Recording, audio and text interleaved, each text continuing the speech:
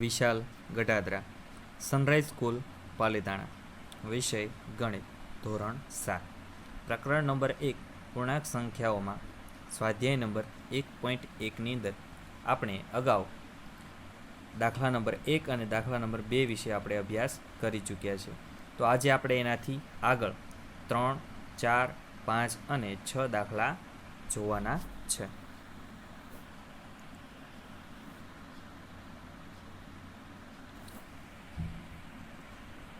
એમાં ત્રીજો દાખલો છે. રકમ જોઈએ પહેલાં. સોમવારે શ્રીનગરનું તાપમાન 5 ડિગ્રી સેલ્સિયસ હતું. જો આપણે સૌપ્રથમ આ યાદ રાખવું પડશે કે શ્રીનગરનું તાપમાન -5 ડિગ્રી સેલ્સિયસ હતું અને મંગળવારે તેનું તાપમાન 2 ડિગ્રી સેલ્સિયસ જેટલું શું થઈ ગયું? ઓછું થઈ ગયું. શું થઈ ગયું છે? ઓછું. તો મંગળવારે શ્રીનગરનું તાપમાન શું હતું તે આપણે મેળવવાનું છે. અને બુધવારે 4 ડિગ્રી સેલ્સિયસ તાપમાન શું થઈ ગયું? વધી ગયું. તો આ દિવસે તાપમાન કેટલું છે તે આપણે મેળવવાનું છે. જોઈએ આપણે. સૌથી પહેલું આપણે જવાબની અંદર લખશું. સોમવારે શ્રીનગરનું તાપમાન કેટલું આપણને પ્રાપ્ત થયું? -5 ડિગ્રી સેલ્સિયસ. હવે મંગળવારે તેનું તાપમાન કેટલું ઓછું થયું? તો કે 2 ડિગ્રી સેલ્સિયસ જેટલું શું થાય છે? ઓછું થાય છે. તો આપણે મંગળવારે શ્રીનગરનું તાપમાન મેળવવું હોય તો બરાબર -5 વત્તા -2 બરાબર -7 આવે છે. કઈ રીતે આવે તો જોઈએ આપણે. અહીંયા -5 વત્તા -2 માઇનસ પ્લસ -5 પ્લસ માઇનસ એટલે કે સૌથી પહેલાં અહીંયા આપણે કાઉન્સની શું કરવાનો છે? દૂર કરવાનો છે.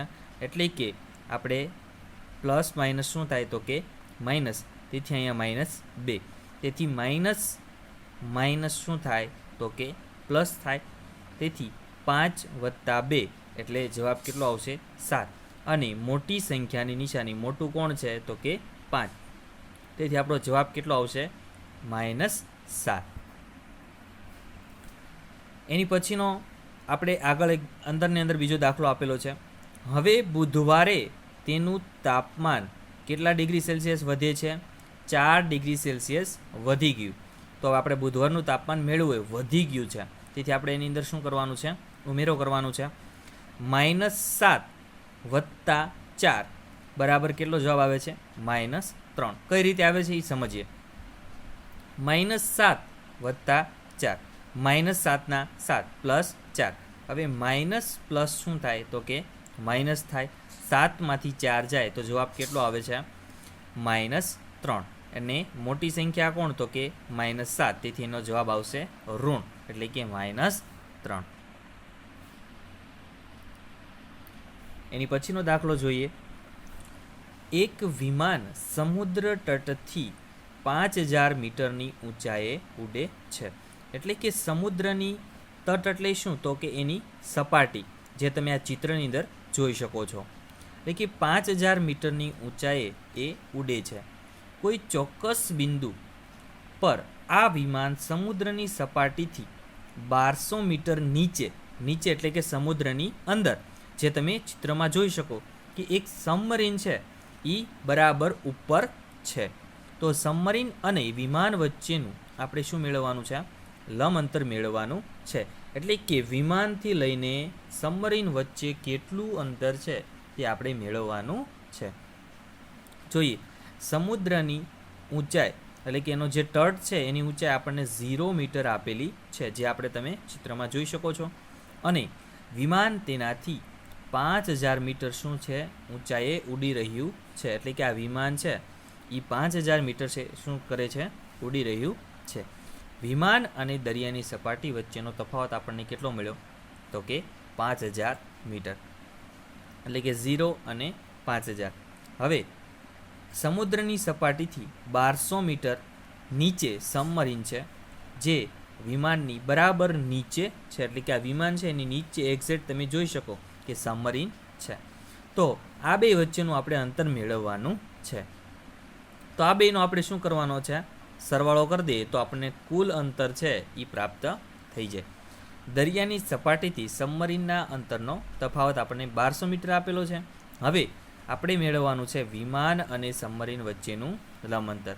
તો આપણે પહેલાં લખશું વિમાનથી દરિયાની સપાટીનું અંતર વત્તા દરિયાની સપાટીથી સબમરીનનું અંતર. ચાલો, વિમાન આપણે કેટલું આપેલું છે 5000 મીટર વત્તા સબમરીનનું કેટલું આપેલું છે 1200. તો 5000 વત્તા 1200 એટલે જવાબ કેટલો આવશે 6200, જે આપણો શું છે જવાબ છે. આગળનો દાખલો જોઈએ. હવે આપણે બેંકની અંદર છે એ પૈસા જમા કરાવતા હોઈએ છીએ અને ઉપાડતા હોઈએ છીએ. તો એની માટેનો એક દાખલો છે. મોહન તેના બેંક ખાતામાં 2000 રૂપિયા જમા કરાવે છે અને બીજે દિવસે તેમાંથી તે 1642 રૂપિયા શું કરે છે ઉપાડી લે છે. જો ઉપાડેલ રકમને ઋણ પૂર્ણાંક વડે દર્શાવાય તો જમા કરાવેલ રકમને તમે કઈ રીતે દર્શાવશો? ઉપાડ પછી મોહનના ખાતામાં કેટલી સિલક છે તે આપણે મેળવવાનું છે. જોઈએ આપણે બેંકમાં જમા કરાવતી રકમને આપણે શેના વડે દર્શાવશું? ધન પૂર્ણાંક. અને ઉપાડતી રકમને આપણે શેના વડે દર્શાવશું? ઋણ પૂર્ણાંક. ચાલો, મોહને જમા કેટલા કરાવ્યા? તો કે 2000. એને આપણે શેના વડે દર્શાવ્યું? ધન પૂર્ણાંક. ઉપાડ્યા કેટલા? તો કે 1642 રૂપિયા, જેને આપણે ઋણ પૂર્ણાંક વડે દર્શાવ્યા છે.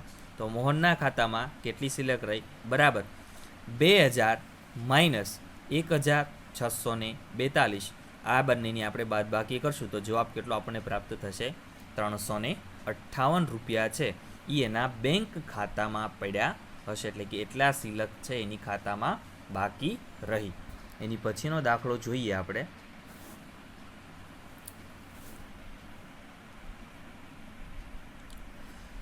રીટા બિંદુ એથી, એટલે કે રીટા જો આ બિંદુ એ સુધી છે એ ઊભી છે. હવે પૂર્વ દિશામાં, એટલે કે પૂર્વ દિશામાં એ 20 કિમી અંતર કાપે છે. એ જ રસ્તે તે બિંદુ બીથી, એટલે કે આ બિંદુ બી છે ત્યાંથી પશ્ચિમ દિશામાં, એટલે પશ્ચિમ દિશા એટલે આ બાજુ પશ્ચિમ દિશામાં છે એ કેટલું અંતર કાપે છે? 30 કિલોમીટરનું અંતર છે એ દિશામાં કાપે છે. જો પૂર્વ તરફનું અંતર કેવું લેવાનું છે? એટલે કે ધન લેવાનું છે. તો આપણે પશ્ચિમ દિશાનું કેવું હશે? તો કે ઋણ લેવાનું છે. બરાબર. તો હવે આપણે અંતર છે એ બિંદુથી અંતિમ સ્થાન, એટલે કે પહેલાં છે એથી ક્યાં ગયો? તો કે બી. અને બીથી ક્યાં ગયો? તો કે પશ્ચિમ દિશામાં છે ત્યાં આપણે નામ શું આપી દઈશું? સી. એટલે કે તે ત્યાં 30 કિલોમીટર અંતર કાપે છે. તો જોઈએ આપણે એણે અંતિમ કેટલું અંતર કાપ્યું હશે તે આપણે મેળવવાનું છે. જોઈએ આપણે પૂર્વ દિશા અને પશ્ચિમ દિશા પરસ્પર વિરોધી દિશાઓ છે જે આપણે જોઈ શકીએ છીએ. હવે આપણે એ બિંદુથી તે 20 કિમી અંતર છે એ કઈ દિશામાં કાપે છે? પૂર્વ દિશામાં. એટલે એને આપણે કેવું લીધું છે? ધન. હવે તે બી બિંદુથી હવે કઈ દિશામાં જાય છે? પશ્ચિમ દિશામાં જાય છે. અને પશ્ચિમ દિશામાં તે કેટલું અંતર કાપે છે? તો કે 30 કિમી અંતર કાપે છે. હવે તો એને આપણે શેના વડે દર્શાવ્યું? ઋણ. તો હવે આપણે અંતિમ સ્થાન મેળવવું છે. રીટાનું અંતિમ સ્થાન મેળવવું હોય એટલે એ પશ્ચિમ દિશામાં હશે. બરાબર. +20 વત્તા કૌંસમાં -30, જે તમે જોઈ શકો છો. તો આને આપણે કઈ રીતે સાદુરૂપ આપવું તે હું તમને અહીંયા સમજાવું છું. હવે તમે અહીંયા સૌથી પહેલાં આપણે હંમેશા યાદ રાખવાનું, કાઉન્સને ખુલ્લી નાખવાનો છે. એટલે કે એને ખોલી નાખશું. +20 ના 20 પ્લસ માઇનસ શું થશે? તો કે માઇનસ થશે. એટલે કે અહીંયા જવાબ આપણને 20 - 30. હવે તો તમે જોઈ શકો કે અહીંયા આપણે પ્લસ માઇનસ શું થશે? તો કે માઇનસ થશે. એટલે કે 30માંથી 20 જાય તો જવાબ કેટલો આવશે? -10. એટલે કે આમાં મોટું કોણ છે? તો કે -30. તેથી એનો જવાબ ઋણ આવશે. બરાબર. તેથી આપણે કહી શકીએ કે મોટી સંખ્યા 30 હતી, જેથી એનો જવાબ -10 કિમી છે. એટલે કે રીટાનું અંતિમ સ્થાન છે એ પશ્ચિમ દિશામાં છે. એ કેટલા કિમી?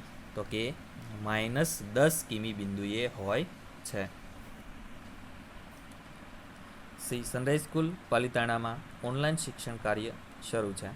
આભાર.